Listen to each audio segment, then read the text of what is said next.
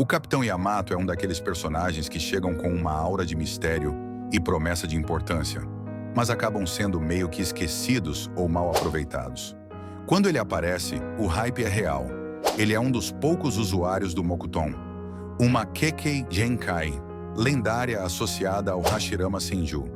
E ainda por cima foi criado em um experimento sombrio do Orochimaru. Tipo, só isso já dava para render um baita arco, né? Além disso, ele entra no Time Set num momento bem delicado. Ele tem a missão de manter a equipe unida, de conter o Naruto caso a Kyuubi tome controle, e ainda serve como uma figura mais madura e centrada, contrastando com o emocional do Naruto e a racionalidade da Sakura. Ele é literalmente o pilar que segura o time naquele momento. Só que depois, parece que o Kishimoto esquece que ele existe. Ele vai virando cada vez mais figurante, até virar praticamente um NPC na Quarta Guerra Ninja. Um cara com o DNA do primeiro Hokage, com experiência de sobra, e o papel dele vira basicamente cuidar do Zetsu? Então, numa visão geral, Yamato é um personagem com um passado promissor, habilidades únicas e uma personalidade estável que encaixava bem no grupo. Mas foi completamente subaproveitado, o que frustra muito quem esperava algo mais profundo vindo dele. O Yamato não é só um ninja forte. Ele carrega dentro dele um legado direto do ninja mais poderoso da história de Konoha. Ele é literalmente um experimento feito com as células do Hashirama, o que por si só já deveria ser um fardo psicológico e moral gigantesco. Mas o anime e o mangá quase não exploram isso. Imagina tu viver sabendo que teu poder vem de um experimento sombrio, feito por um cara como Orochimaru, e ainda por cima ser comparado, mesmo que indiretamente, ao lendário primeiro Hokage. Como isso afeta a autoestima dele? Ele se sente uma cópia, um substituto? Ou ele tenta superar esse peso, criando sua própria identidade, como o Yamato, Anbu, líder e pessoa? Mas o Kishimoto simplesmente ignora tudo isso. Não tem um arco interno, não tem conflitos pessoais, nada. Ele virou só o cara do Mokuton que segura o Naruto com umas madeiras, e depois vira o refém do Zetsu na guerra. Com o potencial que ele tinha, dava fácil para construir um arco inteiro só sobre a identidade dele. A origem, o medo de perder o controle, o peso de carregar um poder que nem deveria ser dele e o esforço para provar que ele é mais do que uma cobaia. Seria foda demais. Pensa só, o Yamato cresceu dentro da raiz, aquela divisão fria, desumana, onde os sentimentos são suprimidos e a obediência cega ao comando é a regra. Ele provavelmente foi moldado para ser uma ferramenta, não uma pessoa. E aí entra o Kakashi, que também teve um passado trágico, mas encontrou uma forma de equilibrar sua dor com humanidade e responsabilidade. O Kakashi estende a mão e tira o Yamato daquele buraco. Literalmente muda o destino do cara. Só isso já dava um vínculo de mestre e discípulo absurdamente forte. Mas o anime só dá umas pinceladas. A gente vê que o Yamato respeita demais o Kakashi, mas nunca tem uma conversa profunda entre os dois, um momento de troca sincera. É como se o Kishimoto tivesse plantado uma semente incrível e nunca regado. Imagina o impacto de um diálogo entre eles em algum momento da guerra, ou até antes, tipo o Yamato agradecendo por ter sido salvo, dizendo que tenta liderar o time 7 se espelhando nele. Ou até mesmo um conflito entre eles do tipo, será que eu sou mesmo digno de estar aqui fora da raiz? Era conteúdo de ouro. O Sai e o Yamato era algo que gritava para ser explorado. E o anime simplesmente passou batido. Os dois têm uma origem em comum. Criados dentro da raiz, doutrinados a suprimir emoções, treinados como ferramentas leais a Danzo. Isso cria automaticamente uma ligação única entre eles. Um entendimento silencioso de dores, traumas e sacrifícios que só quem passou por aquilo poderia compreender. E mais, Yamato era mais velho, mais experiente e já tinha conseguido sair daquele sistema. Ele poderia ser não só um líder para o Time Set, mas um verdadeiro mentor para o Sai, ajudando ele a quebrar aquele condicionamento da raiz, mostrando que dá para ser ninja sem perder a humanidade. Mas o que o anime faz? Ignora. O Yamato e o Sai quase não interagem de forma significativa. E olha que os dois estavam ali, lado a lado, por arcos inteiros. Era a chance perfeita de trabalhar o crescimento emocional do Sai, com o apoio de alguém que conhecia exatamente o que ele estava enfrentando internamente. Era só colocar algumas cenas, conversas entre missões, um conselho aqui, um gesto de compreensão ali, e a profundidade dos dois cresceria muito.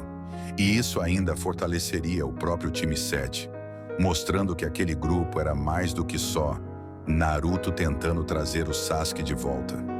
É um elo que tinha tudo para ser forte e que foi desperdiçado como se não tivesse importância. Totalmente frustrante. É revoltante o que fizeram com o Yamato na reta final da obra. A gente está falando de um personagem que teve papel crucial na reconstrução do time 7, que segurou a Kyuubi em momentos críticos, que era Anbu, usuário de Mokuton, experimento do Orochimaru com células do Hashirama. E no clímax da história, ele é literalmente possuído pelo Zetsu Espiral e vira uma bateria ambulante para dar mais poder para o vilão. É sério isso? Enquanto todos os personagens importantes ganham seus momentos de brilho, Guy arriscando a própria vida com o 8º portão, Kakashi herdando temporariamente os 2 Mangekyous do Obito e sendo decisivo contra Kaguya. Até o próprio Obito tem um arco de redenção. O Yamato é reduzido a um capanga inconsciente, uma ferramenta. É quase simbólico. Ele passou a vida sendo tratado como uma arma.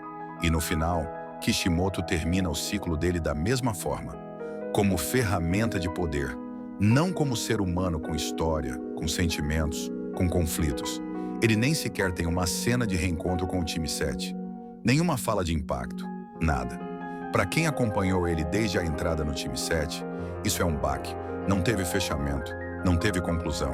Ele entra como substituto do Kakashi, se sacrifica como escudo do Naruto, mas não ganha nenhuma linha de gratidão no final da obra. É como se nunca tivesse existido. Esse apagamento é um dos maiores desperdícios de potencial em Naruto. Yamato merecia, no mínimo, um momento de redenção, uma luta própria, ou uma conversa com Kakashi ou Sai fechando os ciclos dele. Mas não. Simplesmente apagado. E o pós-guerra é pior. É como se o Kishimoto tivesse dito: lembra do Yamato? Então ele tá ali, de vigia do cara que destruiu a vida dele. É quase um tapa na cara do personagem e de quem acompanhou ele desde o começo.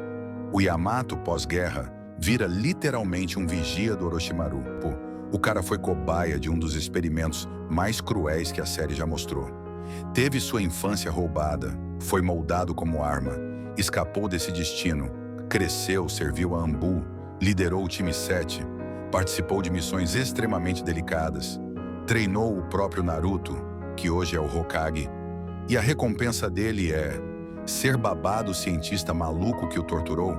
E o mais absurdo, a missão dele parte do princípio que ele conseguiria fazer algo contra o Orochimaru, se fosse necessário. Mas sejamos realistas. Se o Orochimaru quisesse causar o caos de novo, será mesmo que o Yamato daria conta? A própria série já mostrou que ele não tá nesse nível. E o pior é que isso é feito com naturalidade, como se fosse normal. Ninguém questiona, ninguém diz: ei, talvez isso seja cruel com o Yamato. Nem ele mesmo parece ter uma reação, como se aceitasse calado. O Kishimoto nunca deu espaço para o Yamato ser mais do que um figurante obediente.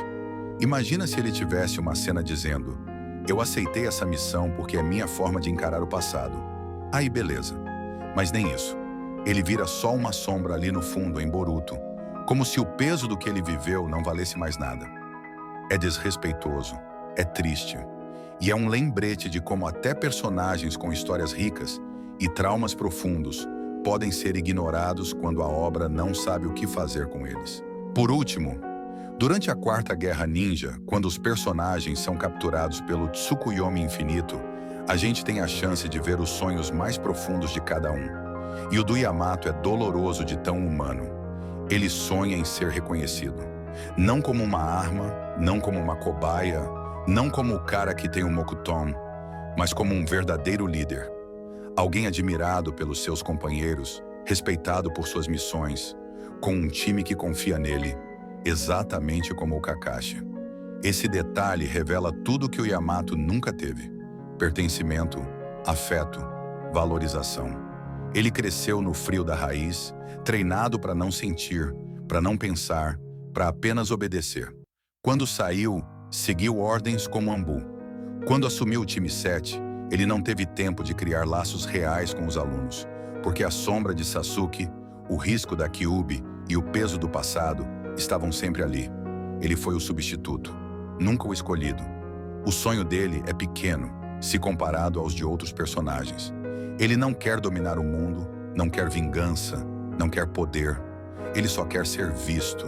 Só quer que alguém olhe para ele e diga: você é importante, você liderou bem, você é digno. Mas isso nunca aconteceu. No final, a realidade foi cruel. Enquanto Kakashi virou Hokage, Naruto virou herói, Sasuke ganhou redenção e até Obito teve seu fechamento. Yamato ficou para trás, virou vigia do seu próprio algoz. O sonho dele morreu em silêncio, sem aplausos, sem despedida. E talvez esse seja o maior desperdício de Naruto.